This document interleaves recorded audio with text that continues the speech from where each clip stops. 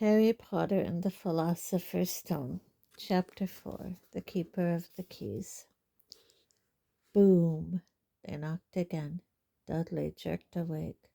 "Where's the cannon?" he said stupidly. There was a crash behind them, and Uncle Vernon came skidding into the room. He was holding a rifle in his hands. Now they knew what had been in the long, thin package he had brought with them. "Who's there?" he shouted. "I warn you, I'm armed." There was a pause. Then, smash! The door was hit with such force that it swung clean off its hinges and with a deafening crash landed flat on the floor. A giant of a man was standing in the doorway. His face was almost completely hidden by a long, shaggy mane of hair and a wild, tangled beard, but you could make out his eyes, glinting like black beetles under all the hair. The giant squeezed his way into the hut, stooping so that his head just brushed the ceiling. He bent down, picked up the door, and fitted it easily back into its frame. The noise of the storm outside dropped a little. He turned to look at them all. "Couldn't make us a cup of tea, could ya? It's not been an easy journey." He strode over to the sofa where Dudley sat, frozen with fear. "Budge up, you great lump," said the stranger. Dudley squeaked and ran to hide behind his mother, who was crouching, terrified, behind Uncle Vernon. "And here's Harry," said the giant. Harry looked up into the fierce, wild, shadowy face and saw that the beetle eyes were crinkled in a smile. "Last time I saw you, you was only a baby," said the giant. "You look a lot like your dad, but you've got your mum's eyes." Uncle Vernon made a funny rasping noise. "I demand that you leave at once, sir," he said. "You are breaking and entering." "Ah, shut up, Dursley, you great prune," said the giant. He reached over the back of the sofa, jerked the gun out of Uncle Vernon's hands, bent it into a knot as easily as if it had been made of rubber, and threw it into a corner of the room. Uncle Vernon made another funny noise, like a mouse being trodden on. "Anyway, Harry," said the giant, turning his back on the Dursleys, "a very happy birthday to you. Got summat for you here. I might have sat on it at some point, but it'll taste all right." From an inside pocket of his black overcoat, he pulled a slightly squashed box. Harry opened it with trembling fingers.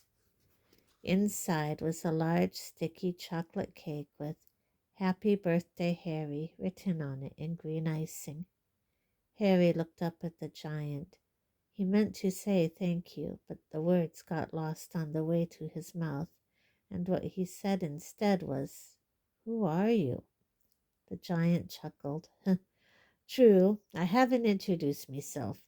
Rubeus Hagrid, keeper of keys and grounds at Hogwarts." He held out an enormous hand and shook Harry's whole arm. "What about that tea then, eh?"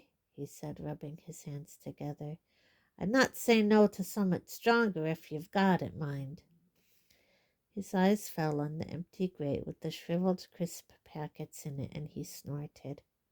He bent down over the fireplace. They couldn't see what he was doing, but when he drew back a second later, there was a roaring fire there. It filled the whole damp hut with flickering light, and Harry felt the warmth wash over him as though he'd sunk into a hot bath. The giant sat back down on the sofa, which sagged under his weight, and began taking all sorts of things out of the pockets of his coat: a copper kettle, a squashy package of sausages, a poker, a teapot, several chipped mugs, and a bottle of some amber liquid which he took a swig from before starting to make tea. Soon the hut was full of the sound and smell of sizzling sausage. Nobody said a thing while the giant was working, But as he slid the first 6 fat, juicy, slightly burnt sausages from the poker, Dudley fidgeted a little. Uncle Vernon said sharply, "Don't touch anything he gives you, Dudley." The giant chuckled darkly. "Your great puddin' of a son don't need fattening any more, Dursley. Don't worry." He passed the sausages to Harry, who was so hungry he had never tasted anything so wonderful, but he still couldn't take his eyes off the giant. Finally, as nobody seemed about to explain anything, he said, "I'm sorry, but I still don't really know who you are." The giant took a gulp of tea and wiped his mouth with the back of his hand. "Call me Hagrid," he said. "Everyone does. And like I told you, I'm keeper of keys at Hogwarts. You'll know all about Hogwarts, of course." No," said Harry. Hagrid looked shocked. "Sorry," Harry said quickly. "Sorry?" barked Hagrid, turning to stare at the Dursleys, who shrank back into the shadows. "It's them as should be sorry. I knew you weren't getting your letters, but I never thought you wouldn't even know about Hogwarts, for crying out loud. Did you never wonder where your parents learned it all?" "All what?" asked Harry. "All what?" Hagrid thundered. "Now wait just 1 second." He had leaped to his feet. In his anger he seemed to fill the whole hut. The Dursleys were cowering against the wall. "Do you mean to tell me," he growled at the Dursleys, "that this boy knows nothing about anything?" Harry thought this was going a bit far. He had been to school after all, and his marks weren't bad. "I know some things," he said. "I can, do maths and stuff." But Hagrid simply waved his hand and said, "About our world, I mean. Your world. My world. Your parents' world." "What world?" Hagrid looked as if he was about to explode. "Dursley!" he boomed. Uncle Vernon, who had gone very pale, whispered something that sounded like Mimblewimble. Hagrid stared wildly at Harry. "But you must know about your mum and dad," he said. "I mean, they're famous. You're famous." "What? My mom and dad weren't famous, were they?" "You don't know. You don't know." Hagrid ran his fingers through his hair, fixing Harry with a bewildered stare. "You don't know what you are?" he said finally. Uncle Vernon suddenly found his voice. "Stop!" he commanded. "Stop right there, sir. I forbid you to tell the boy anything." A braver man than Vernon Dursley would have quailed under the furious look Hagrid now gave him. When Hagrid spoke, his every syllable trembled with rage. "You never told him? Never told him what was in the letter Dumbledore left for him? I was there. I saw Dumbledore leave it, Dursley, and you've kept it from him all these years?" "Kept what from me?" said Harry eagerly. "Stop! I forbid you!" yelled Uncle Vernon in panic. Aunt Petunia gave a gasp of horror. "Ah, go boil your heads, both of you," said Hagrid. "Harry, you're a wizard." There was silence inside the hut. Only the sea and the whistling wind could be heard. "I'm a what?" gasped Harry. "A wizard, of course," said Hagrid, sitting back down on the sofa, which groaned and sank even lower. "And a thumping good un, I'd say, once you've been trained up a bit. With a mum and dad like yours, what else would you be? And I reckon it's about time you read your letter." Harry stretched out his hand at last to take the yellowish envelope, addressed in emerald green to Mr. H. Potter, the floor, hut on the rock, the sea. He pulled out the letter and read, "Hogwarts School of Witchcraft and Wizardry, Headmaster Albus Dumbledore, Order of Merlin First Class, Grand Sorcerer, Chief Warlock, Supreme Mugwump, International Confederation of Wizards. Dear Mr. Potter, we are pleased to inform you that you have a place at Hogwarts School of Witchcraft and Wizardry. Please find enclosed a list of all necessary books and equipment. Term begins 1st of September. We await your owl by no later than 31st of July. Yours sincerely, Minerva McGonagall, Deputy Headmistress. Questions exploded inside Harry's head like fireworks, and he couldn't decide which to ask first. After a few minutes he stammered, "What does it mean, they await my owl?" "Galloping Gorgons, that reminds me," said Hagrid, clapping a hand to his forehead with enough force to knock over a cart horse, and from yet another pocket inside his overcoat he pulled an owl, a real, live, rather ruffled-looking owl, a long quill and a roll of parchment. With his tongue between his teeth he scribbled a note which Harry could read upside down. Dear Mr. Dumbledore, given Harry his letter, taking him to buy his things tomorrow. Weather's horrible. Hope you're well. Hagrid. Hagrid rolled up the note, gave it to the owl, which clamped it in its beak, went to the door and threw the owl out into the storm. Then he came back and sat down as though this was as normal as talking on the telephone. Harry realized his mouth was open and closed it quickly. "Where was I?" said Hagrid, but at that moment Uncle Vernon, still ashen-faced but looking very angry, moved into the firelight.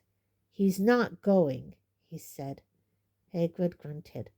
"I'd like to see a great muggle like you stop him," he said. "A what?" said Harry, interested. "A muggle," said Hagrid. "It's what we call non-magic folk like them. And it's your bad luck you grew up in a family of the biggest muggles I ever laid eyes on." "We swore when we took him in we'd put a stop to that rubbish," said Uncle Vernon. "Swore we'd stamp it out of him. Wizard indeed." "You knew?" said Harry. "You knew I'm a wizard?" "Knew?" shrieked Aunt Petunia suddenly. "Knew? Of course we knew. How could you not be my dratted sister, being what she was? Oh, she got a letter just like that and disappeared off to that school and came home every holiday with her pockets full of frog spawn, turning teacups into rats. I was the only one who saw her for what she was, a freak. But for my mother and father, oh no, it was Lily this and Lily that. They were proud of having a witch in the family." She stopped to draw a deep breath and then went ranting on. It seemed she had been wanting to say all this for years. "Then she met that Potter at school, and they left and got married and had you, and of course I knew you'd be just the same, just as strange, just as abnormal. And then, if you please, she went and got herself blown up, and we got landed with you." Harry had gone very white. As soon as he found his voice, he said, "Blown up? You told me they died in a car crash." "Car crash?" roared Hagrid, jumping up so angrily that the Dursleys scuttled back to the corner. "How could a car crash kill Lily and James Potter? It's an outrage, a scandal. Harry Potter not knowing his own story when every kid in our world knows his name." "But why? What happened?" Harry asked urgently. The anger faded from Hagrid's face. He looked suddenly anxious. "I never expected this," he said in a low, worried voice. "I had no idea, when Dumbledore told me there might be trouble getting hold of you, how much you didn't know. Ah, Harry, I don't know if I'm the right person to tell you, but someone's gotta. You can't go off to Hogwarts not knowing." He threw a dirty look at the Dursleys. "Well, it's best you know as much as I can tell you. Mind, I can't tell you everything. It's a great mystery, parts of it. He sat down, stared into the fire for a few seconds, and then said, "It begins, I suppose, with the person called, but it's incredible you don't know his name. Everyone in our world knows." "Who?" "Well, I don't like saying the name if I can help it. No one does." "Why not?" "Gulping gargoyles, Harry. People are still scared. Blimey, this is difficult. See, there was this wizard who went bad, as bad as you could go. Worse, worse than worse. His name was—" Hagrid gulped, but no words came out. "Could you write it down?" Hagrid suggested. "Nah, I can't spell it." "All right. Voldemort." Hagrid shuddered. "Don't make me say it again. Anyway, this wizard, about 20 years ago now, started looking for followers. Got 'em, too. Some were afraid. Some just wanted a bit of his power, 'cause he was getting himself power all right. Dark days, Harry. Didn't know who to trust. Didn't dare get friendly with strange wizards or witches. Terrible things happened. He was taken over. Course, some stood up to him, and he killed 'em. Horribly. One of the only safe places left was Hogwarts. Reckon Dumbledore's the only one you know who was afraid of. Didn't dare try taking the school. Not just then, anyway. Now, your mum and dad were as good a witch and wizard as I ever knew. Head boy and girl at Hogwarts in their day. Suppose the mystery is why you know who never tried to get him on his side before. Probably knew they were too close to Dumbledore to want anything to do with the dark side. Maybe he thought he could persuade him. Maybe he just wanted him out of the way. All anyone knows is he turned up in the village where you was all living on Halloween 10 years ago. You was just a year old. He came to your house and Hagrid suddenly pulled out a very dirty, spotted handkerchief and blew his nose with a sound like a foghorn. "Sorry," he said, "but it's that sad. Knew your mum and dad and nicer people you couldn't find. Anyway, you know who killed 'em. And then, and this is the real mystery of the thing, he tried to kill you too. Wanted to make a clean job of it, I suppose. Or maybe he just liked killing by then. But he couldn't do it. Never wondered how you got that mark on your forehead. That was no ordinary cut. That's what you get when a powerful evil curse touches you. Took care of your mom and dad and your house even. But it didn't work on you, and that's why you're famous, Harry. No one ever lived after he decided to kill him. No one except you, and he'd killed some of the best witches and wizards of the age, the McKinnons, the Bones, the Pruitts, and you was only a baby and you lived." Something very painful was going on in Harry's mind. As Hagrid's story came to a close, he saw again the blinding flash of green light more clearly than he had ever remembered it before, and he remembered something else for the first time in his life, a high, cold, cruel laugh. Hagrid was watching him sadly. "Took you from the ruined house myself, on Dumbledore's orders. Brought you to this lot." "Load of old tosh," said Uncle Vernon. Harry jumped. He had almost forgotten that the Dursleys were there. Uncle Vernon certainly seemed to have got back his courage. He was glaring at Hagrid, and his fists were clenched. "Now, you listen here, boy," he snarled. "I accept there's something strange about you. Probably nothing a good beating wouldn't have cured. And as for all this about your parents, well, they were weirdos, no denying it, and the world's better off without them, in my opinion. Asked for all they got, getting mixed up with these wizarding types. Just what I expected. Always knew they'd come to a sticky end." But at that moment Hagrid leaped from the sofa and drew a battered pink umbrella from inside his coat. pointing this at Uncle Vernon like a sword, he said, I'm warning you, Dursley. I'm warning you. One more word. In danger of being speared on the end of an umbrella by a bearded giant, Uncle Vernon's courage failed again. He flattened himself against the wall and fell silent. That's better, said Hagrid, breathing heavily and sitting back down on the sofa, which this time sagged right down to the floor. Harry, meanwhile, still had questions to ask, hundreds of them. But what happened to Sorry, I mean you know who. Good question, Harry. Disappeared. Vanished. Same night he tried to kill you. Makes you even more famous. That's the biggest mystery, see? He was getting more and more powerful. Why'd he go? Some say he died. Codswallop, in my opinion. Dunno if he had enough human in him left to die. Some say he's still out there biding his time like, but I don't believe it. People who was on his side came back to ours. Some of 'em came out of kind of trances.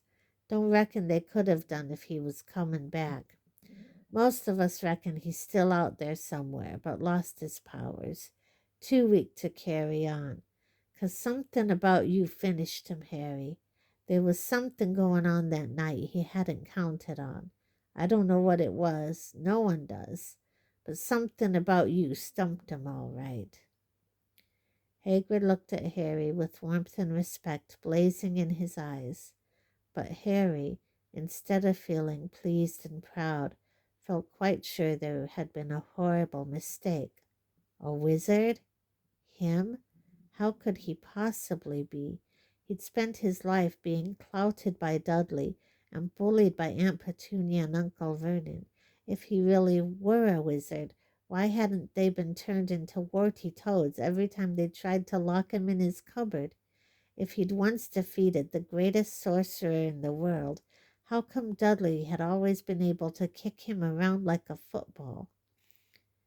Hagrid, he said quietly, I think you must have made a mistake. I don't think I can be a wizard. To his surprise, Hagrid chuckled. Not a wizard, eh? Never made things happen when you was scared or angry. Harry looked into the fire. Now he came to think about it. Every odd thing that had ever made his aunt and uncle furious with him had happened when he, Harry, had been upset or angry. Chased by Dudley's gang, he had somehow found himself out of their reach. Dreaded going back to school with that ridiculous haircut. He'd managed to make it grow back. And the very last time Dudley had hit him, hadn't he got his revenge without even realizing he was doing it? Hadn't he set a boa constrictor on him? Harry looked back at Hagrid, smiling, and saw that Hagrid was positively beaming at him. See, said Hagrid, Harry Potter, not a wizard. You wait, you'll be right famous at Hogwarts. But Uncle Vernon wasn't going to give in without a fight. Haven't I told you he's not going? He hissed. He's going to Stonewall High, and he'll be grateful for it. I've read those letters, and he needs all sorts of rubbish. Spell books and wands and... If he wants to go, a great muggle like you won't stop him, growled Hagrid. Stop Lily and James Potterson going to Hogwarts? You're mad. His name's been down ever since he was born. He's off to the finest school of witchcraft and wizardry in the world. 7 years there, and he won't know himself. He'll be with youngsters of his own sort for a change, and he'll be under the greatest headmaster Hogwarts ever had, Albus Dumbledore. I am not paying for some crackpot old fool to teach him magic tricks, yelled Uncle Vernon. But he had finally gone too far. Hagrid seized his umbrella and whirled it over his head. Never, he thundered, insult Albus Dumbledore in front of me. He brought the umbrella swishing down through the air to point at Dudley. There was a flash of violet light, a sound like a firecracker, a sharp squeal, and next second Dudley was dancing on the spot with his hands clasped over his fat bottom, howling in pain. When he turned his back on them, Harry saw a curly pig's tail poking through a hole in his trousers. Uncle Vernon roared.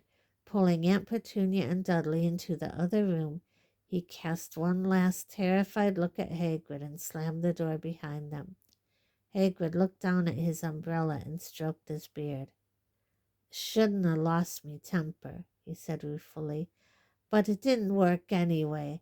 Meant to turn him into a pig, but I suppose he was so much like a pig anyway there wasn't much left to do."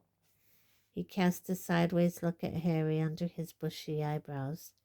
"Be grateful if you didn't mention that to anyone at Hogwarts," he said. "I'm, not supposed to do magic, strictly speaking. I was allowed to do a bit to follow you and get your letters to you and stuff. One of the reasons I was so keen to take on the job." "Why aren't you supposed to do magic?" asked Harry. "Oh, well, I was at Hogwarts myself, but I got expelled, to tell you the truth, in me third year. They snapped me wand in half and everything, but Dumbledore let me stay on as gamekeeper. Great man, Dumbledore." "Why were you expelled?" "It's getting late and we got lots to do tomorrow," said Hagrid loudly. "Gotta get up to town, get all your books and that." He took off his thick black coat and threw it to Harry.